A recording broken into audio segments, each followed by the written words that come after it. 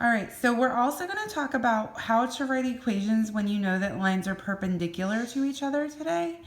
So when we look at this first equation, we've got it in slope-intercept form, which means that the number in front of x still represents our slope.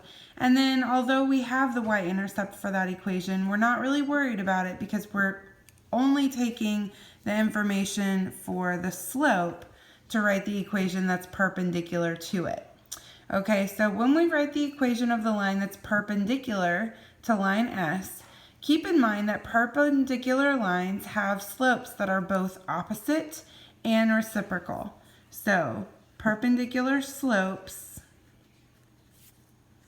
are opposite, which means if one of them is positive, the other will be negative. And reciprocal, meaning we're basically going to flip our fraction to get the reciprocal slope of the other one. So when we start out with a slope of -5, keep in mind that as a whole number, -5 can be written as -5/1.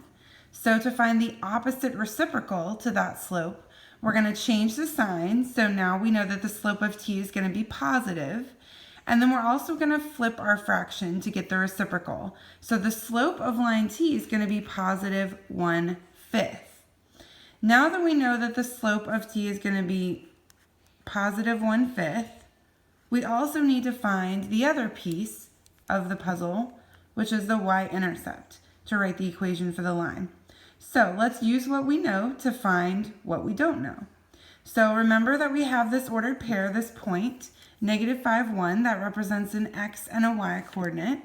So we can go to the y equals mx plus b form for slope-intercept, and we can substitute 1 in place of y.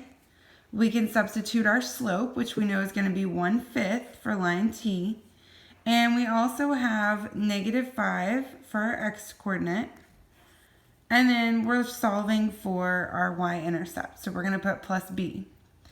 So when we do 1/5 times -5 in our calculators, that's going to give us -1.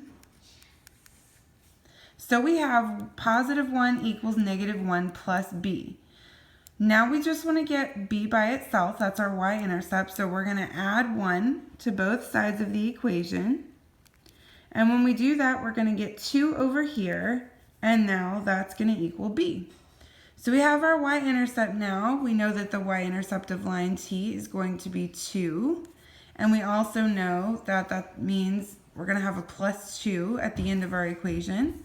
And we have now written the equation of line t that is perpendicular to line S in slope-intercept form. Y equals 1/5 x plus 2.